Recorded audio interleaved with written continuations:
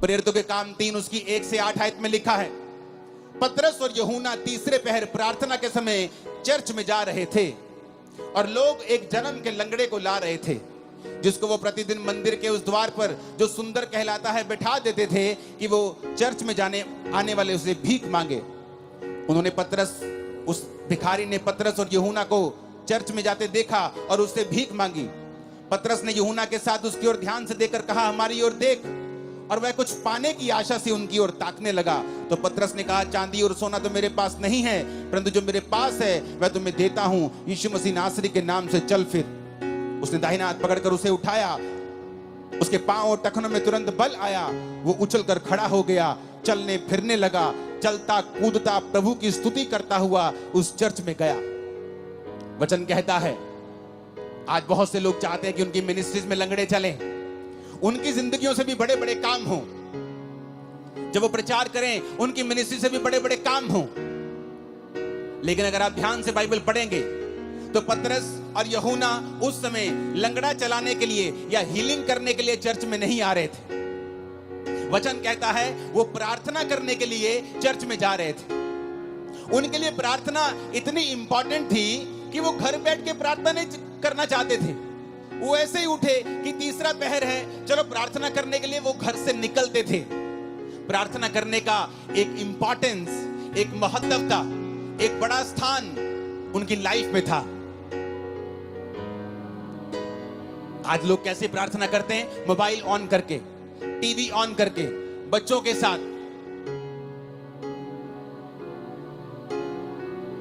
Cooker के ऊपर दाल चढ़ा के, राजमा चढ़ा के, और साथ साथ में देखते भी रहेंगे कितनी सीटी हो गई। जैसी आपकी प्रार्थना है फिर वैसा ही रिजल्ट है।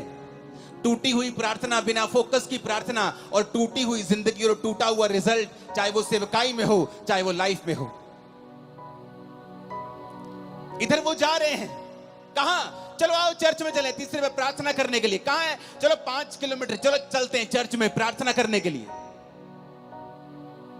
अरे क्या प्रार्थना करने के लिए इतनी दूर जाना? चलो किसी कमरे में बैठ के थोड़ा सा कर लेते हैं प्रार्थना। इंपॉर्टेंस, महत्वता, प्रार्थना के जीवन को कीमती समझना, उसे स्पेशल समझना।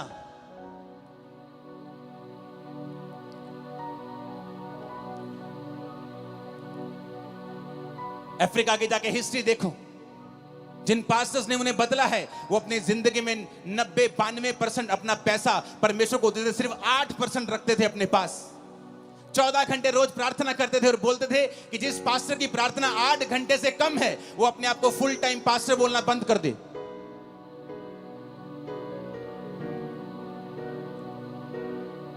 और बोलते थे कि जब हम प्रार्थना नहीं करते थे, जोर जोर से बोलते थे, लोग समझते नहीं थे। जब हम प्रार्थना करके जाते थे तो हम जो भी बोलते थे लोगों के हृदय में जाता था और लोग चेंज होते थे। कारण क्या? प्रार्थना। पतरस और यूहन्ना प्रार्थना करने के लिए जा रहे हैं। कोई लंगड़ा चलाने के लिए नहीं जा रहे, हीलिंग करने के लिए नहीं जा रहे, प्रार्थना करने के लिए जा रहे हैं। और रास्ते में लंगड़ा मिलता है, उनकी ओर देखता है और पैसे की आशा से, कुछ पाने की आशा से देखता है। वो कहता है, भाई साहब पैसा तो मेरे पास नहीं है। हाँ, चर्च का पड़ा होगा बहुत, लेकिन मेरे पास तो अपना नहीं है पर्सनल। मैं तुझे पैसा तो नहीं दे सकता, लेकिन वो दे सकता हूं जो तुझे सबसे अधिक चाहिए। यीशु मसीह नासरी के नाम से उठ और चल फिर। आप जानते, लोगों ने इस मिरेकल के बाद पतरस और यूहन्ना को पकड़ लिया। कहते ये अनपढ़ और साधारण मनुष्य हैं, इनकी जिंदगी से इतना बड़ा काम कैसे हो सकता है? कुछ लोग बोले नहीं नहीं, अनपढ़ साधारण मनुष्य तो हैं, पर ये यीशु के साथ रहे हैं। यीशु ने उन्हें 3.5 साल प्रार्थना करना सिखाया है, परमेश्वर के संग चलना सिखाया है। और वचन कहता है कि जब वो प्रार्थना करने के लिए चर्च में जा रहे थे तो रास्ते में लंगड़ा चलाया गया। इतना बड़ा मिरेकल हुआ कि पूरा स्थान चेंज हो गया। यरूशलेम में परमेश्वर के नाम का डंका बजने लगा। कारण प्रार्थना। ऊंची आवाज से बोलो प्रार्थना। नहीं, ऊंची आवाज में, सबसे ऊंचा बोलो प्रार्थना। प्रेरितों के काम 16 उसकी 13 से 15 आयत में लिखा है, सब्त के दिन हम नगर के फाटक के बाहर नदी के किनारे ये समझकर गए कि वहां प्रार्थना करने का स्थान होगा, और वहां बैठकर उन स्त्रियों से जो इकट्ठी हुई थी बातें करने लगे। लुदिया नामक थुआतीरा नगर की एक बैंगनी वस्त्र बेचने वाली एक भक्त स्त्री सुन रही थी और प्रभु ने उसका मन खोला कि पौलुस की बातों पर वो मन लगाए। उसने अपने घराने समेत उससे बपतिस्मा लिया और विनती की, यदि तुम मुझे प्रभु की विश्वासनी समझते हो तो चलकर मेरे घर में रहो, और वह उन्हें मना कर ले गई। अब यहां पर क्या होता है? यहां पर पौलुस नगर के फाटक के बाहर इसलिए जा रहा है। पुराने टाइम में नगर में फाटक होते थे, शहर बनाई होती थी या फाटक होते थे, तो वो फाटक के बाहर जाना चाहता था, नगर के बाहर, ताकि वो वहां पर प्रार्थना कर सके। नगर के अंदर भी प्रार्थना वो कर सकता था, लेकिन क्यों आज प्रेरितों के काम वाले मिरेकल्स चर्चिस में नहीं होते हैं? क्योंकि वैसी इंपॉर्टेंस परमेश्वर को चर्चों में नहीं दी जाती है।